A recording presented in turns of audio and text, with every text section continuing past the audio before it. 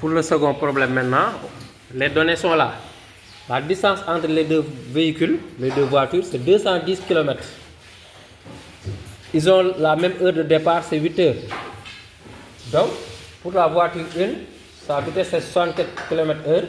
Pour la voiture 2, sa vitesse c'est 75 km/h. On vous demande l'heure de croisement. À quelle heure elles vont se croiser. La dernière fois, je vous avais expliqué que pour calculer des croisements, on passe par la somme des vitesses.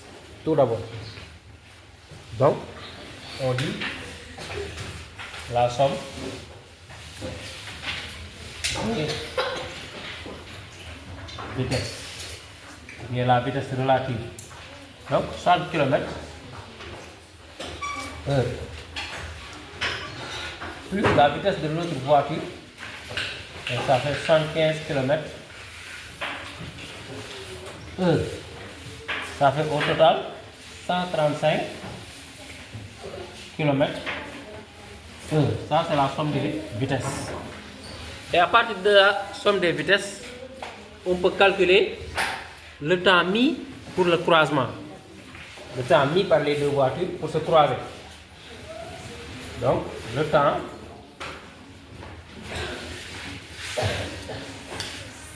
mis pour le temps mis pour le croisement. D'accord? Alors, on sait que temps par rapport à la formule égale distance sur vitesse. On sait que temps égale distance sur vitesse. Et donc, pour calculer le temps mis, on prend la distance, c'est-à-dire 210 km sur la somme des vitesses, c'est-à-dire 135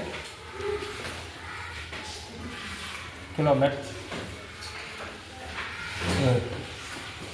Et on va trouver dans les 1,55 ou bien 1,5, ça dépend.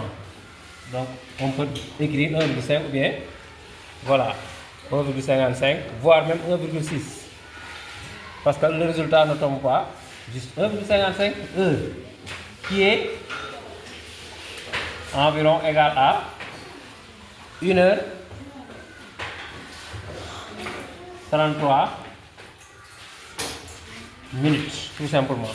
Parce que maintenant si on prend 1,5 heure ou bien 1,5 heure si vous voulez, ce sera 1 heure et 0,5 heure. 0,5 heure fois 60, ça fait 30 minutes. Donc si vous prenez 1,5 tout simplement, vous aurez 1 heure 30 minutes au lieu de 1 heure 33 ici. Moi j'ai pris 1,55. Il y en a qui vont prendre 55, il y en a qui vont prendre 1,6 même. Et ils vont trouver autre chose. Et à partir de là, on peut connaître maintenant l'heure de croisement. L'heure du